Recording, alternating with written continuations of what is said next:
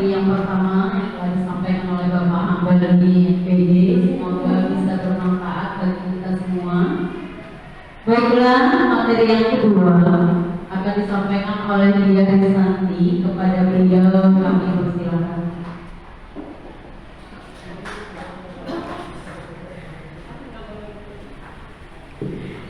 Bismillahirrahmanirrahim. Terima kasih Bu Rina untuk kesempatannya. Bismillahirrahmanirrahim. Assalamualaikum warahmatullahi wabarakatuh. Waalaikumsalam warahmatullahi wabarakatuh. Gimana kabarnya Bapak Ibu? Iya, masih semangat ya? Oke, kita tepuk-tepuk dulu ya. Iya, biar semangat karena tadi udah 1 jam berlalu sudah membuat keyakinan kelas dan kontrol diri gitu ya. Dan sekarang nanti saya akan menyampaikan tentang 5 posisi kontrol buruk, 5 kebutuhan dasar manusia dan juga segitiga restitusi. Oke, sebelum kita mulai kita tepuk tangan dulu ya. Jadi kalau pagi 1, siang 2, sore 3, kalau nggak tepuk tangan kita udah tidur. Kamu Arif udah kebaca ya.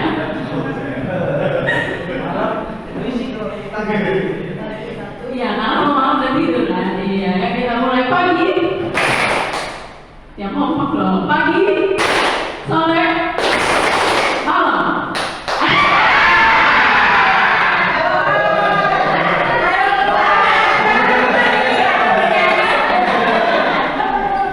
Oke, sekali lagi. Siang. Bahasa betul-betul. Pagi, siang, sore, pagi, malam. Oke. Sekali lagi ya, sampai fokus. Malam, sore, pagi, malam.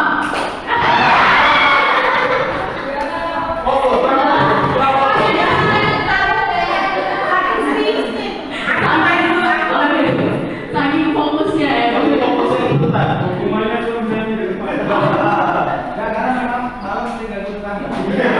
Oh iya benar Pak, Allah memang dari tangan ya Pak ya. Oke baik. Iya, semoga masih semangat 1 jam ke depan.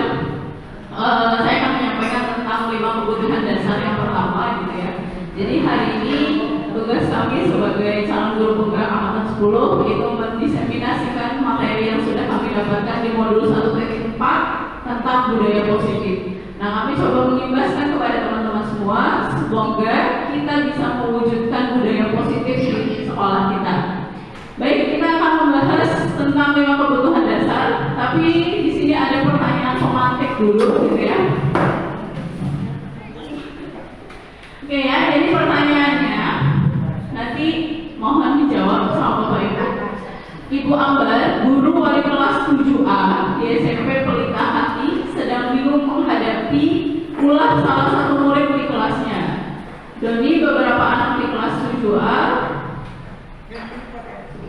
telah datang padanya dan mengeluhkan. Doni seringkali meminta bekal makanan yang mereka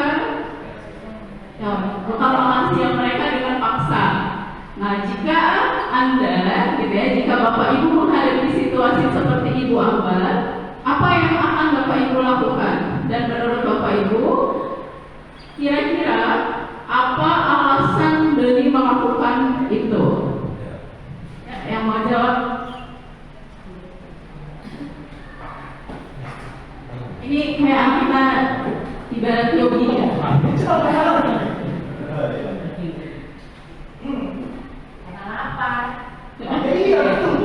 Kenapa?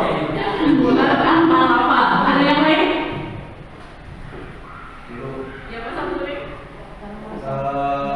Apa yang akan dilakukan? Ya. Yang kita lakukan adalah menanyakan kepada Doni apa yang dilakukan. Kemudian ada sedoni karena dia ingin berkata. Jadi kan dia masak. Dia masak. Makanya dia ambil makan dia gimana? Saudaranya Mas Abdul ya?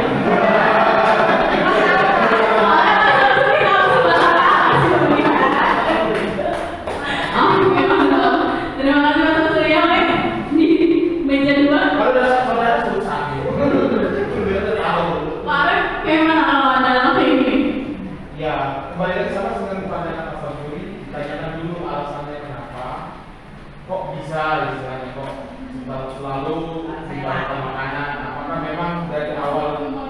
dia hidup sebatang kara tadi seperti Mas Guntur bilang, apakah memang dia ya memang tidak dikasih jajan atau gimana? Ya lebih ke tanya ke sini Pak, alasan kembali. Lebih ke situ.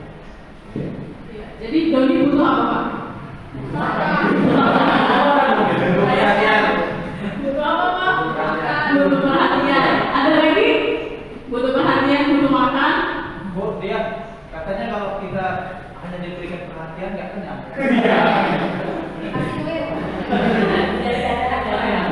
Bu Hermina, butuh apa lagi?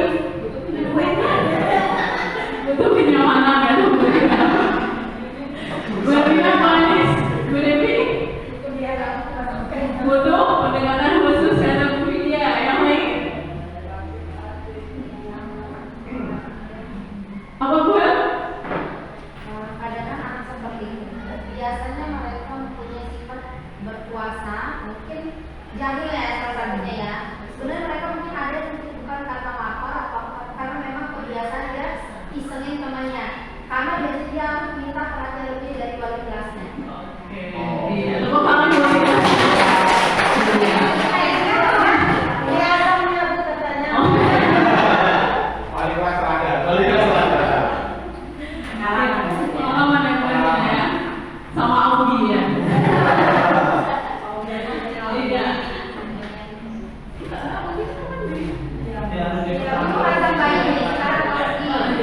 Ya, itu tadi sudah disampaikan apa yang akan dilakukan. Pasti kita akan menanyakan dulu kepada si Doni kenapa melakukan tersebut gitu ya.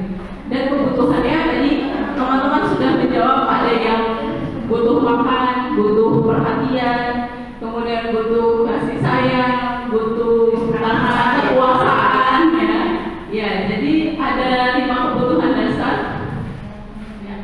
5 kebutuhan dasar manusia.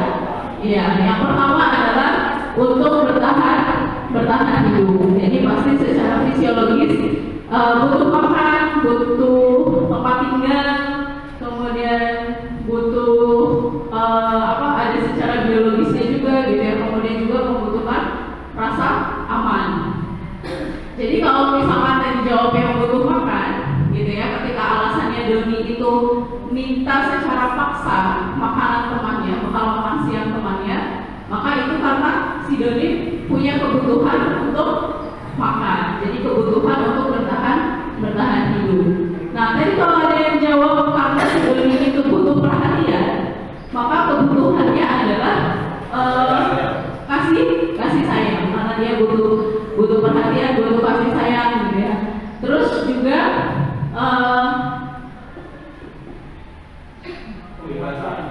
iya, butuh kebebasan. Nah, tadi yang disampaikan sama Bu Hermina, kalau kebebasan itu dia iseng gitu ya, iseng terus ya pengen seneng-seneng aja gitu. Karena ketika misalkan dia gangguin itu, dia punya kepuasan tersendiri gitu ya.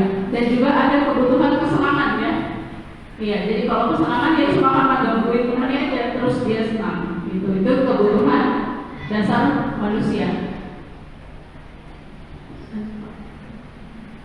Oke, jadi ini kebutuhan dasar manusia, ada kesenangan, diterima ya, diterima, terus kebebasan, kesenangan. Nah, ada 4 lingkaran ini dibagi jadi 4. Ini menunjukkan kebutuhan dasar manusia. Oke, silakan Bapak Ibu untuk mengisinya. Tapi saya nggak kasih angka, jadi nanti diceritain aja. Ya, yang mau boleh mengisi. Saya ada di mana gitu. Jadi diisi semua Pak. Jadi nanti mereka menceritakan semua kesenangannya, apa diterimanya. Enggak, ini lingkarannya masih ada lagi yang lain. Nggak kelihatan apinya. Diterima, bisa, kelas. Diterima, sayang, kan? Ya, diterima. Terus Bisa. Kalau bebas itu saya bebas pulang jam berapapun. Saya bisa mengontrol diri saya sendiri dan istri saya.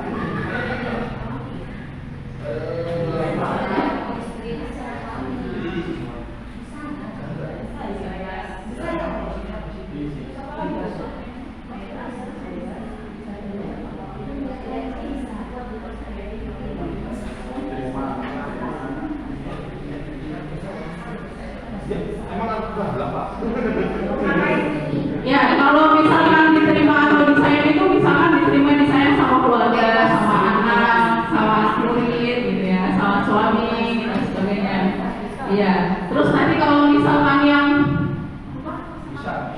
bisa, nah Bapak Ibu bisa melakukan apa? Gitu.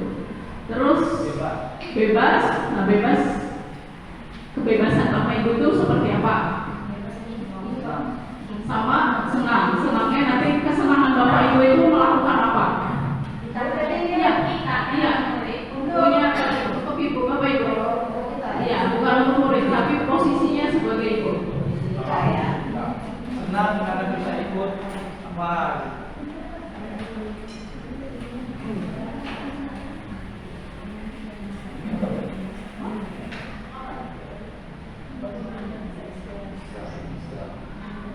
Yuk, Pak Heri. Udah siap ini? Oke, saya akan coba menjawab apa yang jadi keinginan saya.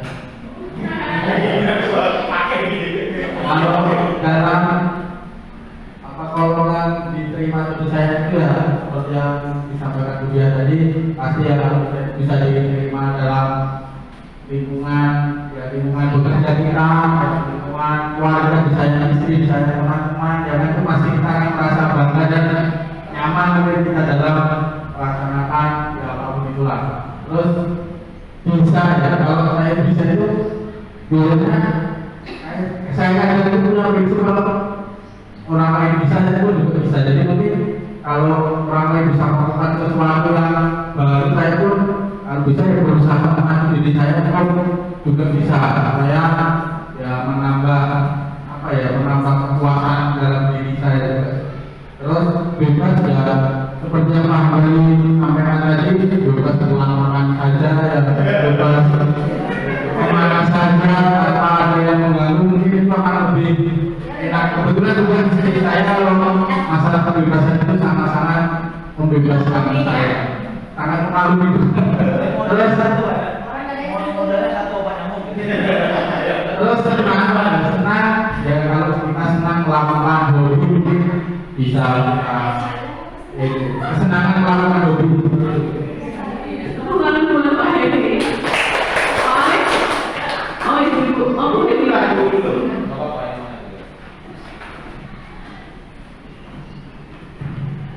Assalamualaikum warahmatullahi wabarakatuh. Kalau menurut saya dia bilang diterima itu kita bisa diterima oleh seseorang atau keluarga kita apa adanya dengan segala kelebihan kita dan segala kekurangan, mereka bisa terima kita apa adanya.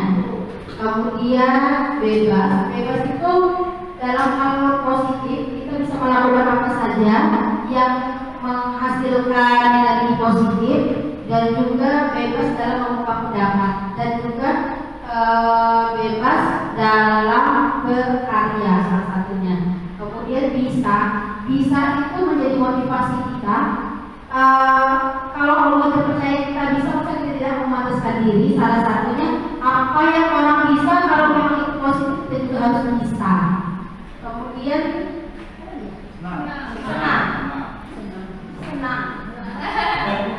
senang itu segala sesuatu yang membuat kita happy dan membuat kita semangat, dan juga ya ini salah satunya yang kemarin itu ya. Kemudian juga senang melakukan sesuatu yang baru untuk menghasilkan karya yang baru. Itu seperti itu. Oh ya,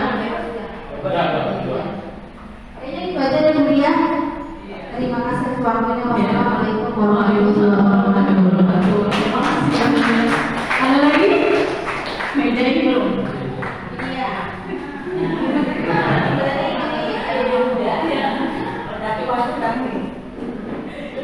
Serangannya udah pindah.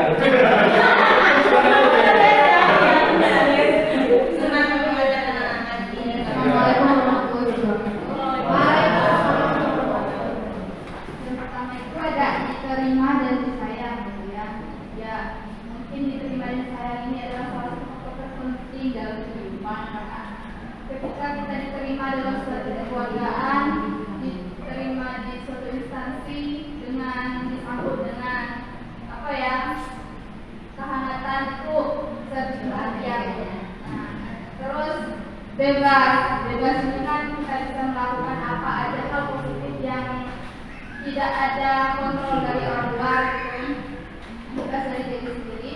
Terus senang apapun yang membuat kita senang, apakah itu positif juga bisa membuat apa ya, senang ya, senang itu kan happy, terus kita juga bisa kegiatan-kegiatan yang betul kita sendiri.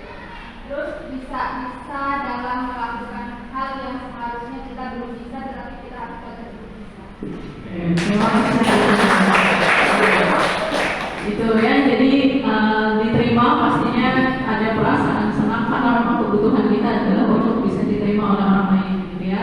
Bebas, kebebasan, kemudian kesenangan dan juga kekuasaan tadi atau bisa.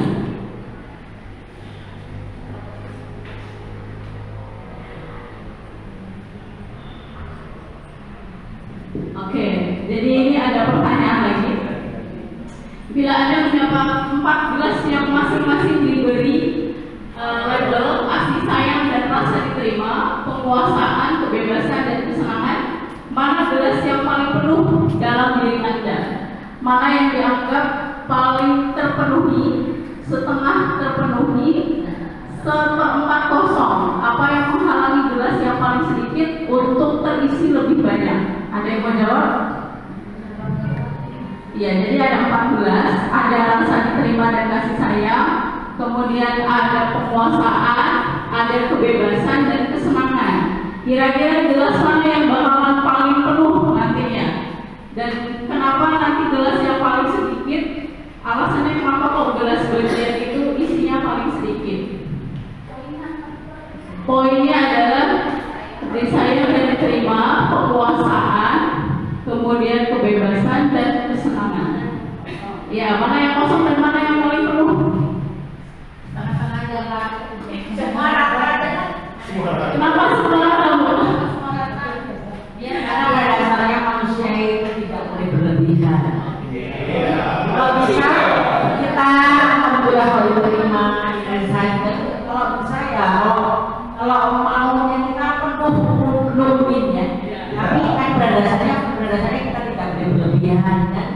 Oleh karena itu mohon semuanya cukup usaha membuat kita bersyukur. Oke, yang penting cukup ya.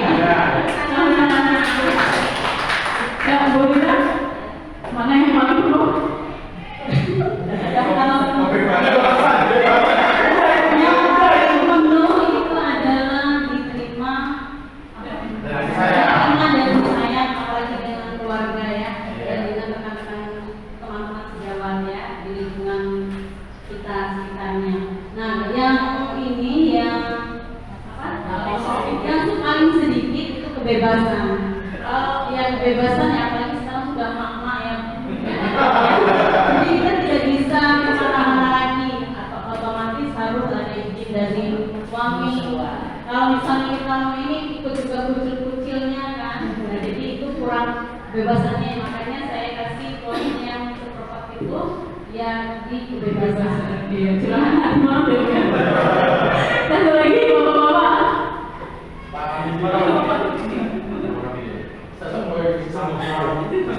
Yang pertama kebebasan ini. Jadi ini mohon maaf, bisa kita duduk. Ada di hati yang paling kalau saya tidak akan menginginkan gelas itu kosong. Harus penuh. Apabila ada kosong sedikit saja, itu timbul kesalahan. Jadi terima harus penuh, kasih sayang juga penuh, kesenangan semua harus. Jadi kalau saya harus sudah penuhi semua, tidak ada yang kosong. Terima kasih. Oke, terima kasih Bapak. Ya, jadi setiap kita punya pendapat masing-masing gitu ya. Mana yang paling perlu, mana yang paling dibutuhkan lah ya pastinya. Kalau kata Tuhan semua secukupnya, kalau kata Pak ini semuanya harus penuh. Ya, penuhnya kan nggak sampai kuber ya, jadi nggak berlebihan. Jadi secukupnya juga nggak hemat. Ya. Masa Jogja nggak mau lagi?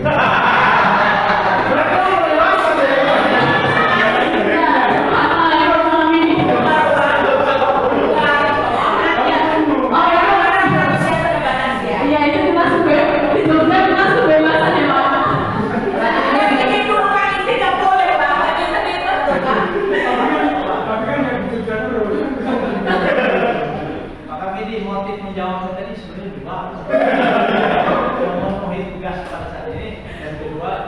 menyampaikan sesuatu. Nah, iya, itu. Karena kalau kosong situ ada masalah. Oke, siap Pak.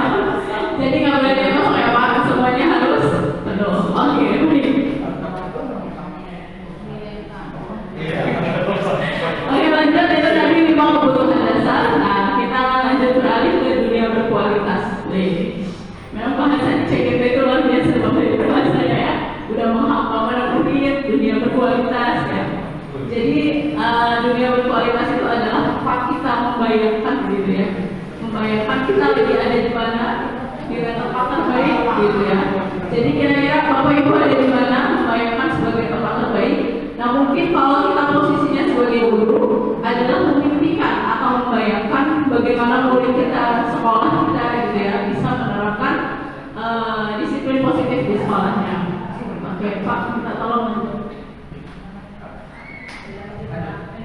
Oke, nah ini dari kanan aja. Nah ini baru diisi. Pak, lanjut Pak, ada pertanyaan nanti.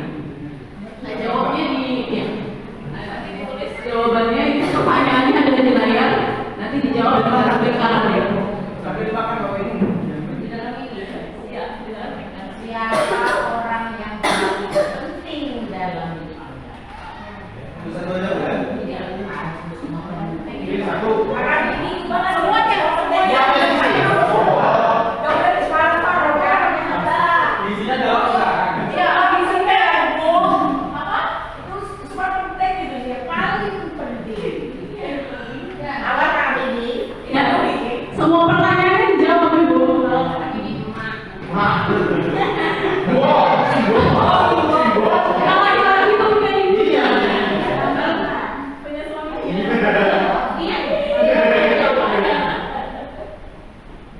Langsung dijawab aja ya. Kalau udah Jawaban di itu dalam udah lingkaran. satu kan ya Pak?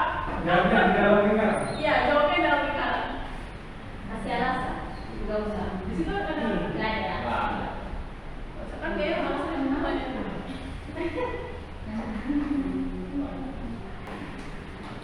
Oke, udah selesai ini. Ya, Peri udah selesai. Udah selesai. Misalnya, oh ada. Silakan Mas. Apa? Curhat Mas. Baiklah, saya akan mencoba menjawab sesuai dengan apa yang saya rasakan. Yang pertama, siapakah orang yang paling penting dalam hidup saya? Yang pertama, ya pasti orang tua dan pasangan kalau saya. Kenapa orang tua? Karena orang tua itu melahirkan kita ada di dunia karena adanya orang tua. Terus pasangan itu yang menemani kita sampai nanti akhir hayat lah. Insya Allah. Terus nilai-nilai itu bagaimana apa yang terpenting dalam hidup Anda. Dan nomor 2 dan nomor 3 ini jawaban saya sama. Dan karena saya itu pengennya ikhlas dalam segala hal. Jadi ya berserah diri lah kalau bahasa itu. Bayar deh. Apapun itu kalau bisa ya diimbangi dengan nilai ikhlas. Terus apapun apa yang ada yang sangat saya banggakan, yes. Nomor 4 itu bisa bermanfaat bagi banyak orang. Jadi itu mungkin bisa menjadi kebanggaan buat saya. Terus pekerjaan dia karena kebetulan saya jadi guru. Ini pekerjaan yang paling ideal buat saya adalah jadi guru. Tapi guru ini bisa nggak hanya yang ada di sekolah, tapi bisa jadi semua kehidupan. Terus bagian ini untuk dalam hidup, ya itu tadi sudah saya sampaikan, semua bagian dalam hidup saya itu adalah ya sesuatu yang sangat berharga. Itu titik puncaknya. Semuanya ada ceritanya masing-masing, ada bagiannya masing-masing. Ya itu menurut saya itu sesuatu yang bermakna semuanya. Jadi nggak bisa memilih yang paling puncak atau yang paling terendah itu. Kalau menurut saya nggak mengalami itu sih. Terus yang paling bermakna ya itu tadi seperti yang sudah saya sampaikan, kalau bisa bermanfaat untuk banyak orang. Oke, tepuk tangan dong. Oke, silakan. Komiknya Oke.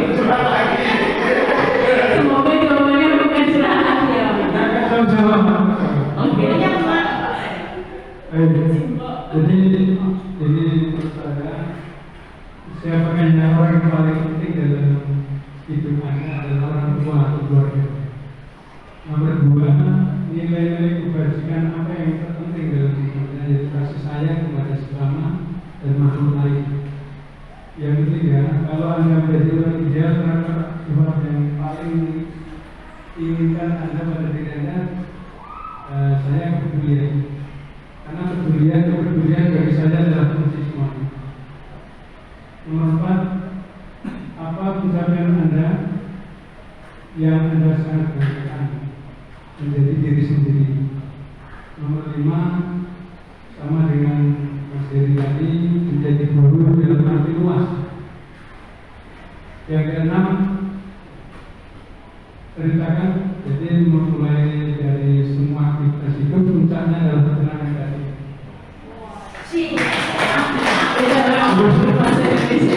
Mana bagi kamu? Itu nggak ada satu pertanyaan. Nomor 7, apa yang paling berpengaruh dalam Anda? Saya bisa bebas berinteraksi dan bersosialisasi dengan siapapun. Terima kasih. Terima kasih Pak Hemi.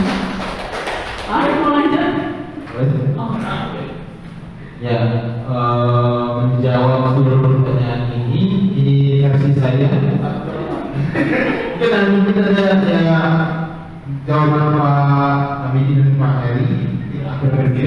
Ya, mungkin sepemikiran bagi kita. Oke, yang pertama, satu orang yang paling penting dalam hidup Anda ya sama orang tua, keluarga besar maupun siapapun itu. Yang saya kenal maksudnya itu yang saya kenal dalam artian yang saya kenal.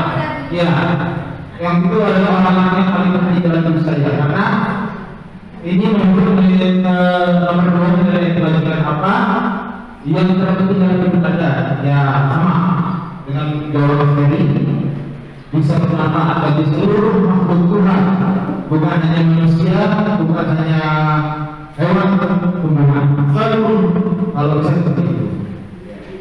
Kalau tidak, kalau Anda menjadi orang Indonesia, atau seperti apa yang Anda paling inginkan ada pada diri kita. Saya cuma satu, kita bersyukur. Orang yang kita bersyukur itu insya Allah hidupnya enak-enak aja. Nah, karena saya belum bisa dengan ini, makanya hidupnya belum stabil. Makanya itu.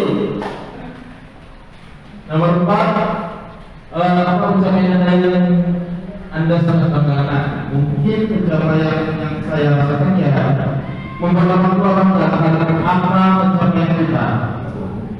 Nomor 5, Anda berkata enggak ada istilah bukan ya yang pertama adalah kalau bisa ya pertama opsi pertama adalah bukan guru tapi pengusaha. Saya pengen dari dulu bukan guru memang dari dulu guru mungkin opsi terakhir bagi saya karena saya merasa guru itu punya ekstra tenaga maksudnya dibandingkan dengan pekerjaan yang lain karena mengurus individu lebih enak daripada mengurusi sistem bagi saya seperti itu yang membuatnya lebih dari kalau misalkan kita mengajar. Kalau pengusaha kan seperti survei masih siapapun usahanya kita adalah bisnis gitu. Kalau misalkan pegawai ya sebesar apapun dengan ketemunya pegawai itu pegawai proses masih ada. Itu yang kami mau. Nah, ini ceritakan juga tentang hidup Anda di mana Anda merasa berhenti puncak hidup Anda. Sama mungkin sama dengan Mas Heri karena bagi saya setiap perjalanan hidup saya adalah ada faktanya. Nggak mungkin nggak ada. Selalu ya gimana ya istilahnya bisa cerita sendiri gimana gitu. Pokoknya ada intinya adalah gak ada titik puncak hidup itu gak ada istilahnya. Semuanya rata.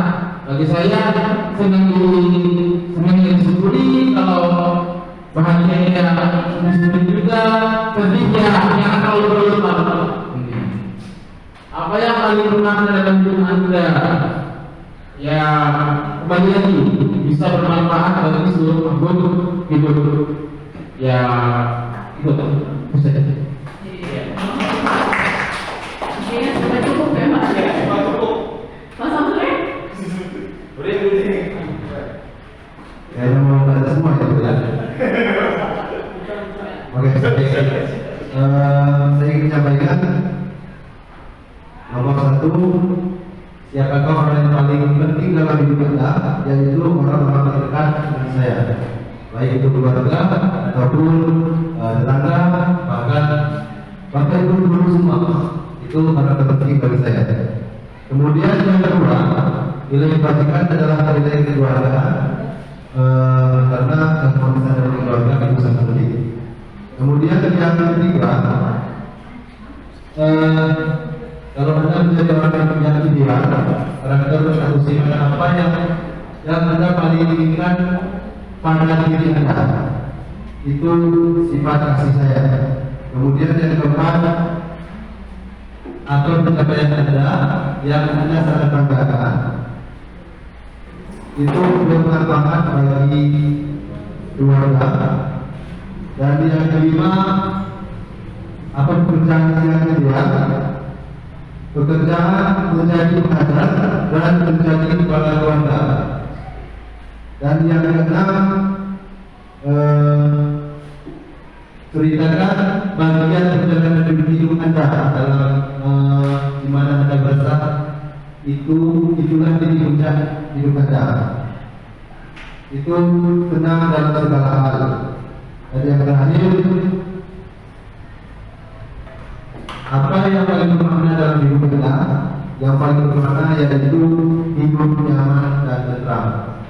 Terima kasih Pak Samsudi. Ibu satu lagi ada yang mau? Bu Rina? Oh, Bu Rina. Mau habis atau dia Nanti saya ulang Jumat lagi Pak. Saya lagi Jumat lagi nanti.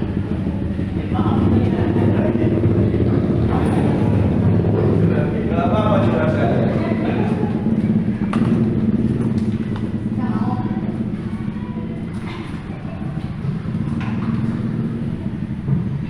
Oke, untuk yang pertama, siapakah orang yang paling penting dalam hidup Anda? Yang paling penting dalam hidup saya adalah orang tua dan mertua saya yang selalu memberikan saya kehidupan dan satu-satunya terima saya apa adanya. Kemudian yang paling penting lagi yang kedua adalah anak-anak dan suami. Walaupun suami saya sekarang lagi ada error, tetapi dia tetap akan menjadi yang terbaik sampai kapanpun. Kemudian nilai-nilai kebajikan akan yang terpenting dalam hidup Anda.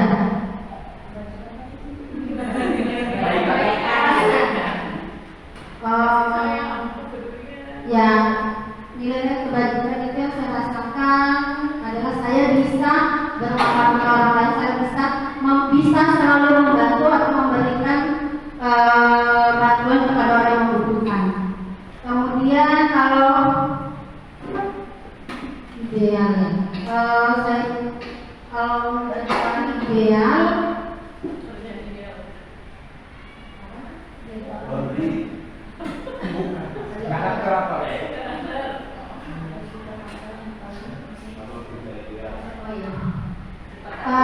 salah satunya sifat yang ingin saya punya sekarang yaitu saya bisa berdamai dengan keadaan apapun itu, bisa memaafkan orang-orang yang menyakiti saya dan bisa menjadi orang yang bermanfaat untuk orang lain dan selalu bisa menerima takdir Tuhan yang dengan yang bisa menerima takdir Allah itu dengan ikhlas dan bahagia karena segala sesuatu itu memang sudah ada tulisannya ya Umia, jadi harus diterima dengan ikhlas.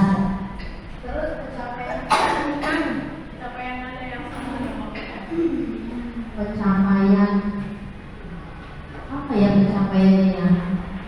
Menjadi ibu rumah tangga yang baik, menjadi ibu yang kuat dan hebat untuk Ais dan saudara-saudaranya, bisa menjadi istri yang setia untuk suami dan juga bisa memberikan pelayanan yang terbaik untuk masyarakat khususnya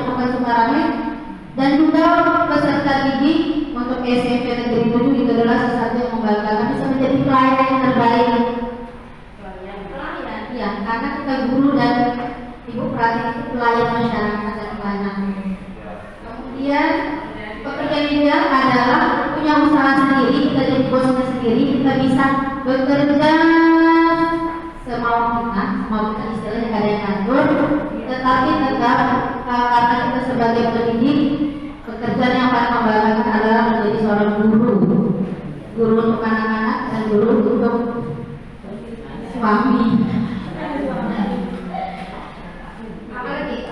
Bagian perjalanan hidup yang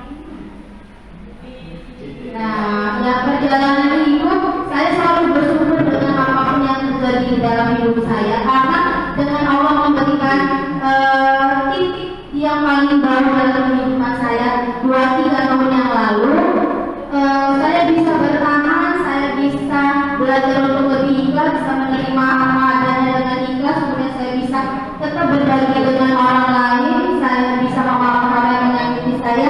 Itu adalah titik puncak dalam hidup saya. Setidaknya saya pengen menjadi orang yang lebih baik lagi dari yang kemarin-kemarin, dan banyak menjadi orang yang bermanfaat untuk orang lain. Itu juga adalah kebahagiaan tersendiri ya. Kemudian yang paling bermakna dalam hidup, yang paling bermakna dalam hidup, ya istilahnya tetap menjadi pelayan yang terbaik untuk masyarakat Kota Sukarame, wabil khusus, dan untuk orang-orang di sekitar. Kita bisa memberikan yang terbaik untuk mereka, dan kita bisa memberikan mungkin bisa membantu orang yang membutuhkan ilmunya. Ya mungkin itu aja Ibu dia. Saya akhiri, wassalamualaikum warahmatullahi wabarakatuh. Waalaikumsalam warahmatullahi wabarakatuh. Terima kasih Bu Herlina dan Bapak Ibu yang sudah memberikan pendapatnya. Semoga kita bisa mewujudkan diri yang berkualitas kita sendiri. Lanjut Pak. Lanjut, kita ada 5 posisi kontrol dulu sekarang gitu ya. Jadi ini mungkin tanpa sadar kita sudah melaksanakannya ya. Cuma tergantung kita di posisi yang mana nih gitu kan. Jadi dalam posisi kontrol lurus itu ada sebagai penghukum, kemudian pembuat rasa bersalah, sebagai teman, kemudian sebagai pemantau, dan juga sebagai manajer. Nah, nanti kira-kira posisi kita sebagai guru untuk anak-anak murid kita ada di posisi yang mana? Nah, apakah kita sebagai penghukum? Lanjut Pak. Oke, kalau sebagai penghukum adalah kita langsung menghakimi gitu ya, langsung menghakimi anak kita. Jadi kalau misalkan anaknya terlambat, langsung dimarahin. Ya, dia boleh nanya, kayak mana? Kamu terlambat gitu ya. Langsung dimarahin, kamu terlambat, langsung ditunjukkan bahwa dia adalah apa yang dia lakukan itu sudah sangat salah. Kemudian selain hukum itu ada pembuat rasa bersalah. Ya, jadi kalau pembuat rasa bersalah itu adalah ketika kita bilang, kan udah ibu bilang ini, kamu gak kasihan sama ibu gitu ya. Nah itu adalah bagian dari bagaimana kita membuat rasa bersalah gitu ya. Jadi akhirnya anak murid kita itu jadi merasa bersalah gitu ya atas tindakan yang dia lakukan gitu. Cuma kalau anak kita ada rasa bersalah nggak ya Bu? Oke, lanjut.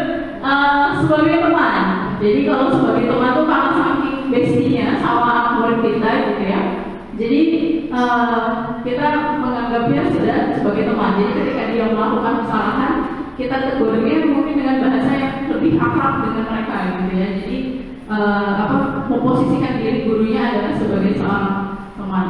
Kemudian yang keempat itu sebagai pemantau gitu ya. Jadi memantau, kamu terlambat ya, kalau misalkan anaknya terlambat, atau misalkan kamu nggak ngerjain PR ya gitu kan. Jadi lebih sebagai pemantau.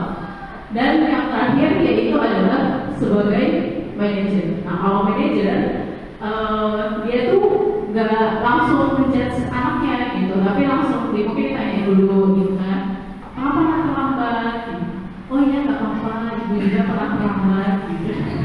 Terus alasannya kenapa gitu ya, besok jangan terlambat lagi ya gitu. Nanti janji ya nak gitu ya, kalau kita nggak boleh terlambat lagi. Ingat kan peraturan sekolah bahwa kita itu tidak boleh terlambat. Maka itu ketika kita memposisikan diri sebagai seorang manajer. Jadi itu 5 posisi kontrol dulu.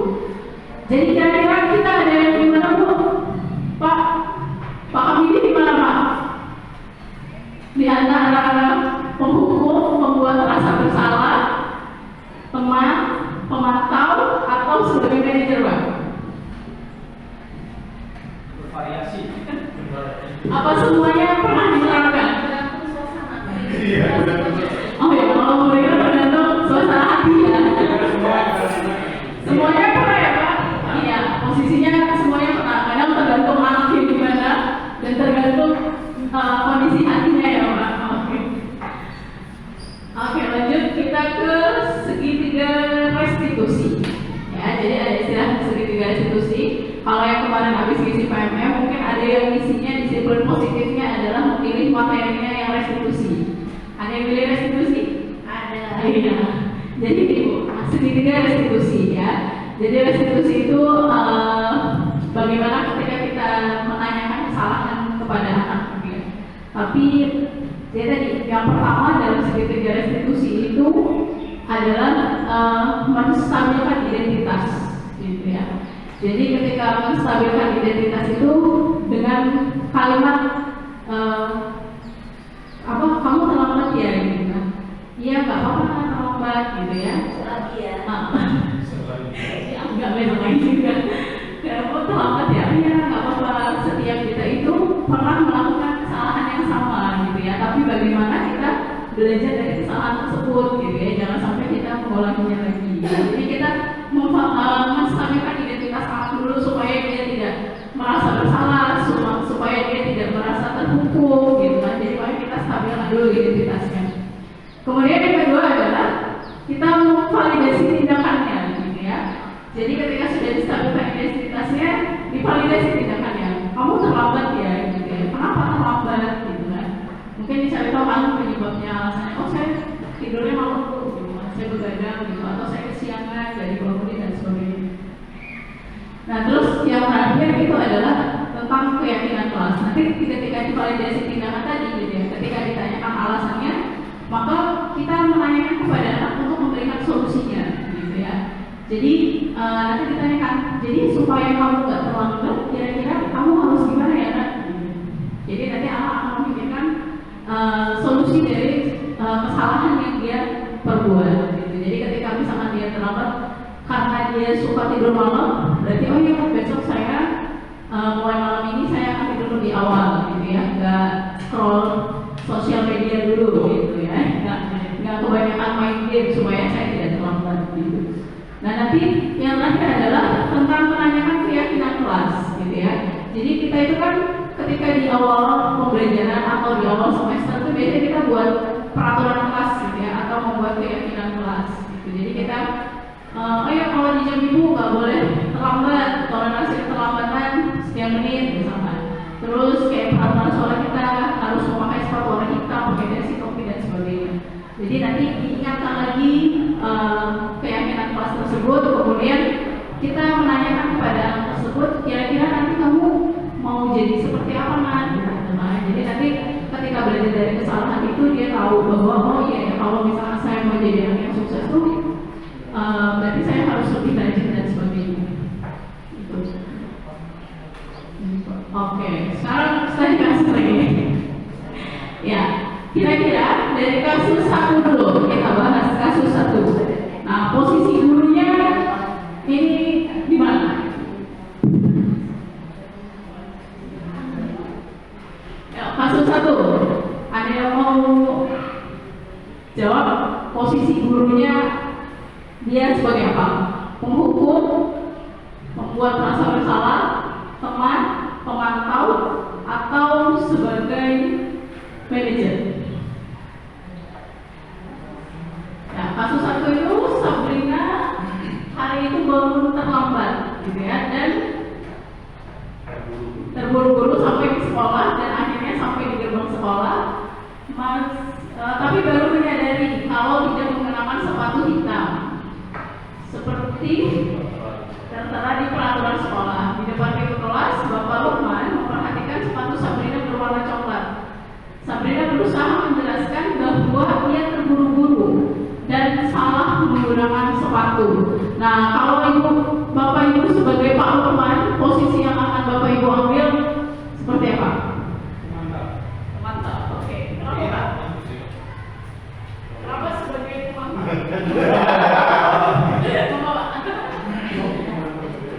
Iya, tak tahu ya, betul.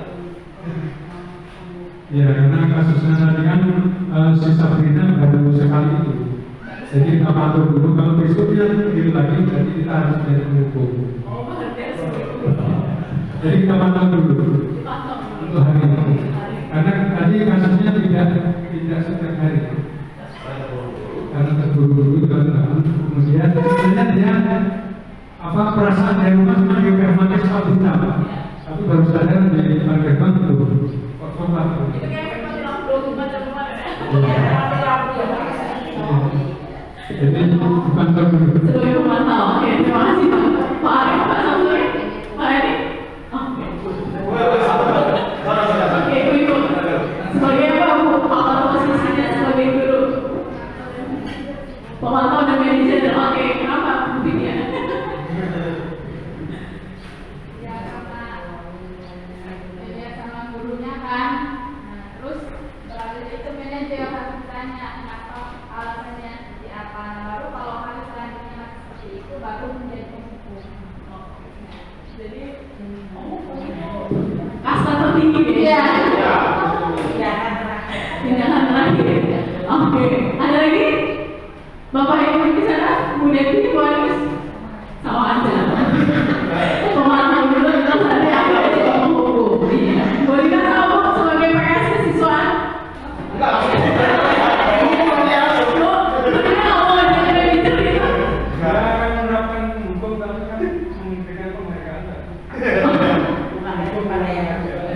Untuk menghargai. Oke, lanjut kasus 2 ya. Kasus 2 itu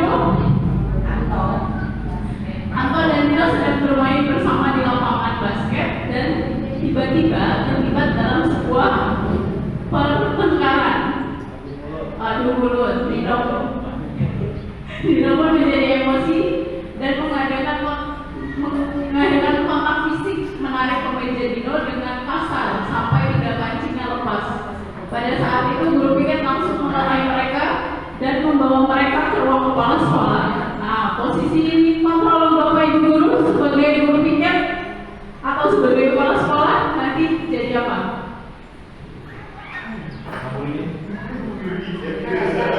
Oh, benar.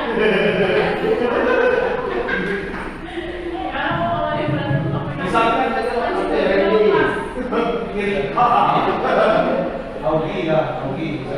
Augie sama Yogi kira-kira. Yaitu adalah sebagai manajer. Tanya dulu apa permasalahannya, setelah itu baru nanti diselesaikan secara kekeluargaan tadi, disuruh saling memaafkan. Itu aja. Oke, yang lain? Baik.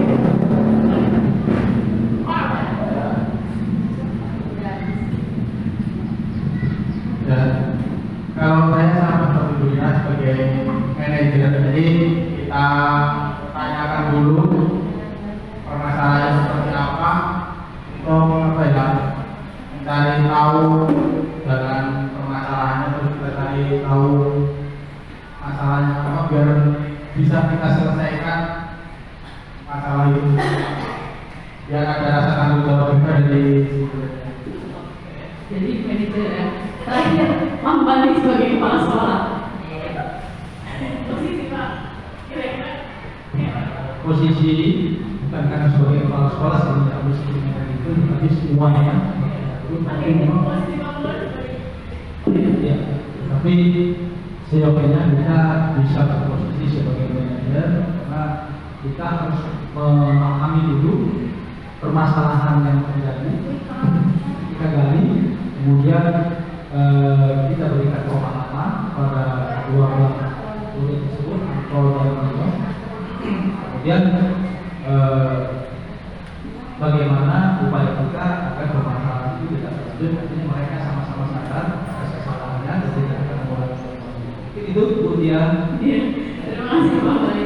Oke, baik. Bapak Ibu, ini adalah materi terakhir yang sudah saya sampaikan, mulai dari 5 kebutuhan dasar manusia, dunia berkualitas, kemudian 5 posisi kontrol guru dan juga segitiga restitusi, gitu ya.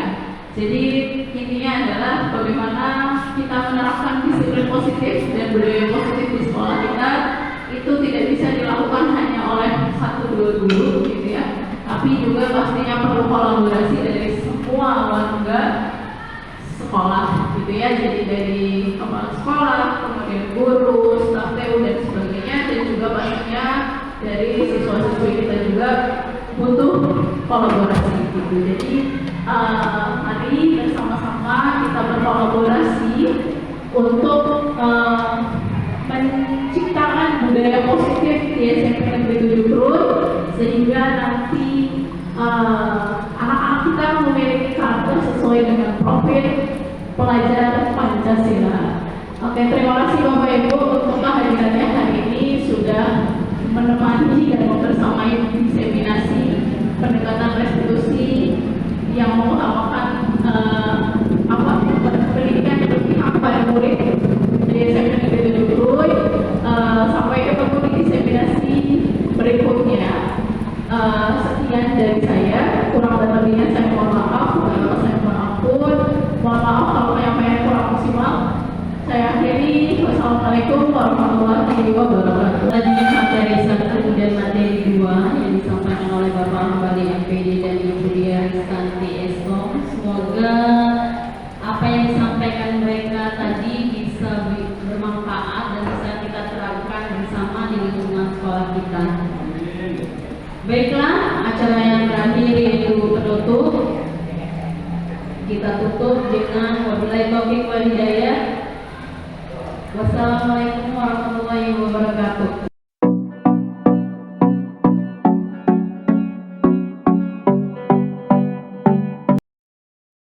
Yang saya dapat pada kesempatan kegiatan hari ini yaitu diseminasi guru calon penggerak di SMP 7 Krui.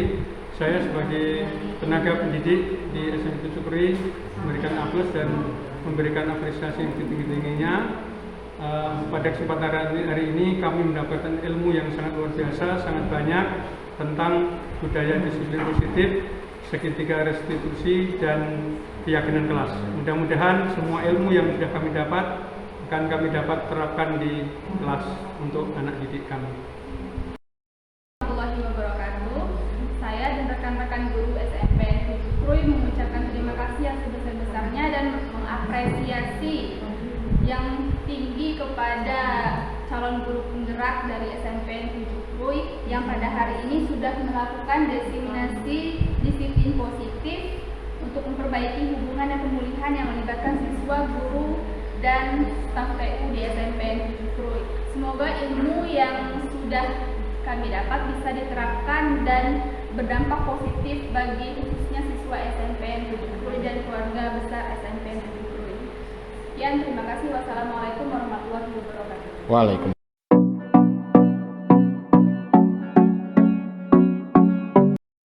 Oke, baik, bismillahirrahmanirrahim. Assalamualaikum warahmatullahi wabarakatuh. Waalaikumsalam warahmatullahi wabarakatuh.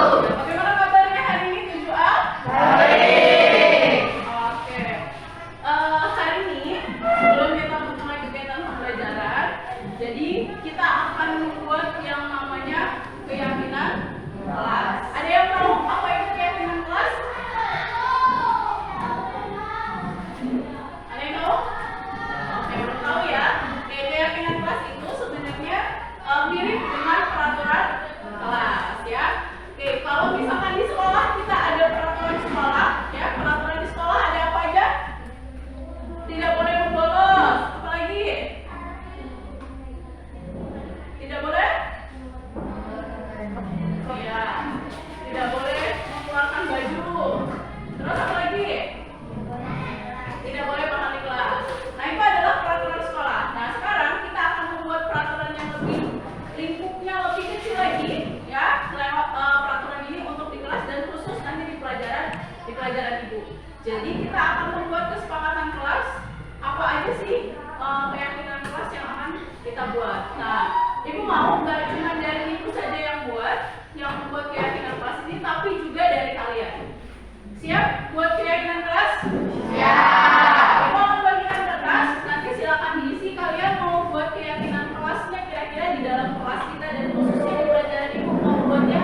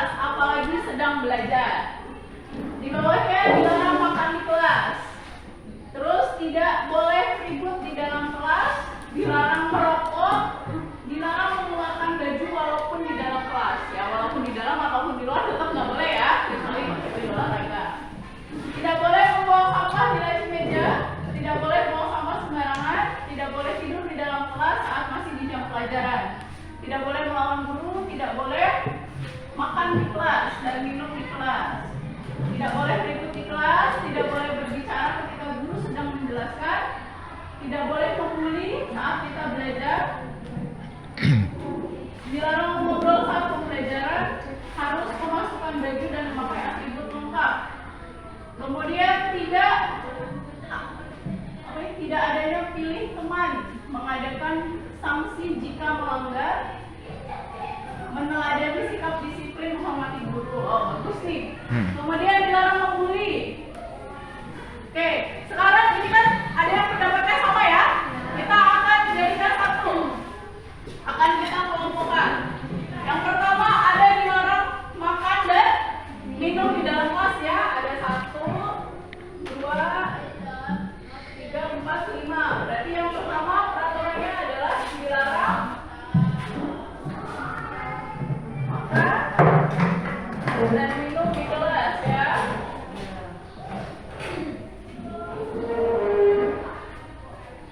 Jadi kita kasih dulu kesepakatan kelasnya.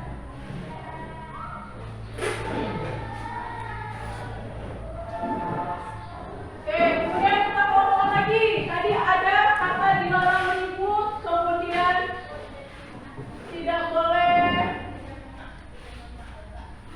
boleh berbicara ketika guru sedang menerangkan. Nah, itu sama nggak? Nggak boleh ribut, sama nggak boleh ngobrol ketika guru menjelaskan. Mirip ya? Berarti di sini misalkan kita tulis dilarang ya ribut di dalam kelas.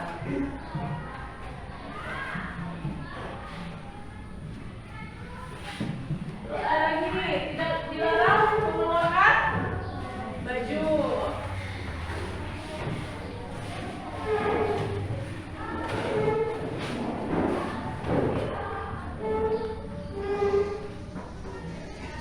Dan ada yang menuliskan dilarang membuli. Ya, dilarang merokok, sama lah ya. Dengan makan dan minum ya, kita samain ya. Ya. Dilarang membuli teman. Oke, kalau misalkan kita ubah menjadi kalimat positifnya,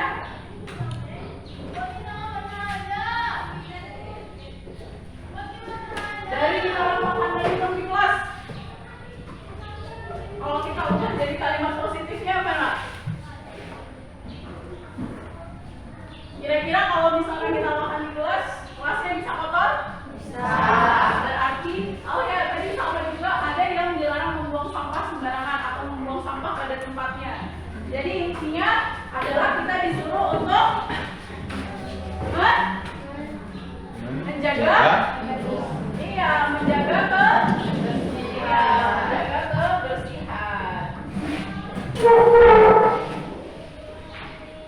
Kemudian dilarang ribut di dalam kelas. Sama tadi juga ada yang berpendapat nggak boleh ngobrol ketika guru menjelaskan. Berarti kita sebagai seorang murid, kita harus apa? Iya, harus menghargai. Menghargai guru. Termasuk ketika misalkan dilarang membuli teman, maka kita juga harus menghargai teman. Berarti bisa kita sepakati bahwa menghargai guru dan teman.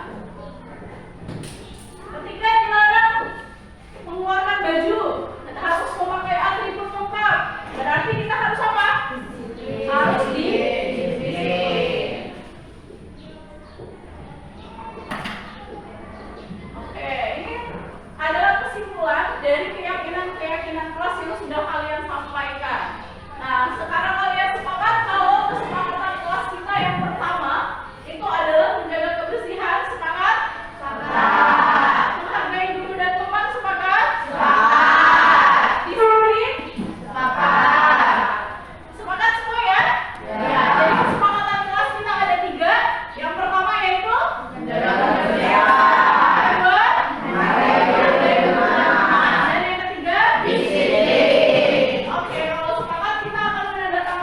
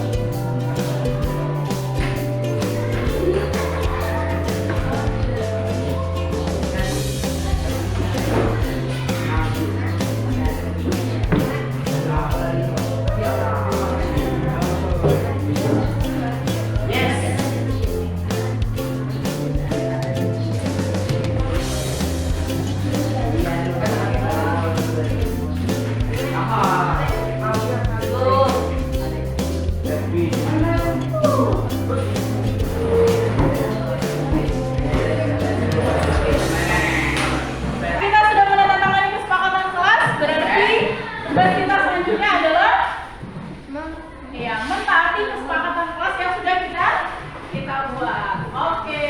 Jadi nanti ketika di kegiatan pembelajaran, maka kita harus mentaati kesepakatan kelas yang sudah kita buat. Paham ya? Sekian pembuatan keyakinan kelas kita hari ini. Sampai ketemu di pembelajaran berikutnya. Dan semoga kita bisa menerapkan keyakinan kelas dan kesepakatan kelas yang sudah kita buat sehingga terciptanya budaya positif di sekolah kita, khususnya di kelas 7. Oke, terima kasih. Wassalamualaikum warahmatullahi wabarakatuh.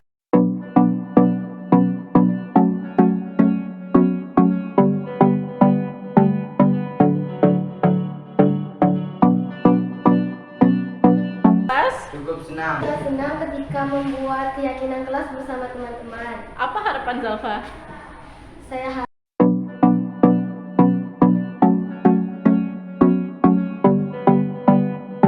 Berharap lebih baik. suasana kelas akan menjadi lebih kondusif.